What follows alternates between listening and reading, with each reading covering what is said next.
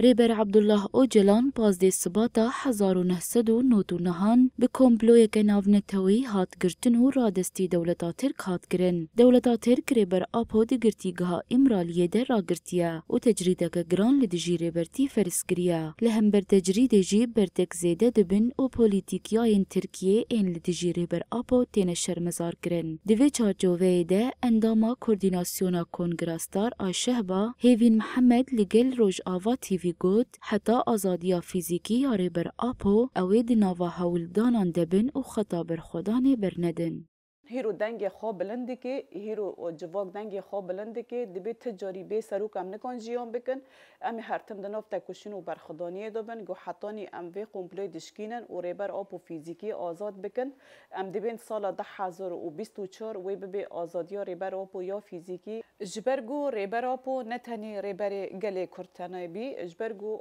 ریبر آپو ریبر مروواهی تواهی بی نتنی جبو گلی کرد باندکر نتنی جبو گلی کرد هیرو هف شورش لسر ننگایه جبرگو ریبر آپو همو گل حمیز کر و همو گل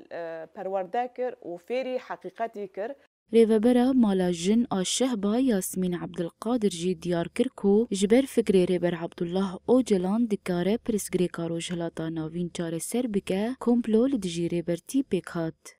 يعني للدنيا والحقوق ما في إنسان وسر إنساني سركة حق عظيم وفكري جنده بلاي سيستمك خواهي قانونك خواهي لأما إيري بر أبو مثلا عمري جنده سر 7 سالي كاتي وسر 25 سال كاتي هندر زندان إمرالية دايا يعني الدنيا إنسانك بي 7 سال جرك زندان ده نمينه وسر 25 سال كات جرك زندان در كوي لإيري بر أبو مؤامرة جنده هين گرانتر دکن و هين زیاده دکن جبرگ زانن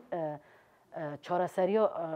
شرق الاوسط گید دسته ریبر آپو دایه جبروی مؤامره زیاده دکن و گران دکن لدیجی کمپلو تجریدا گران کری گلی کرد و دوستنوان لحمو آلین کردستان و دروی ولات دناوا چالاکیان دنه و جبو آزادیا فیزیکی یا ریبر عبدالله اوجلان داد کوین قادان و آستات کوشین بلندتر دکن.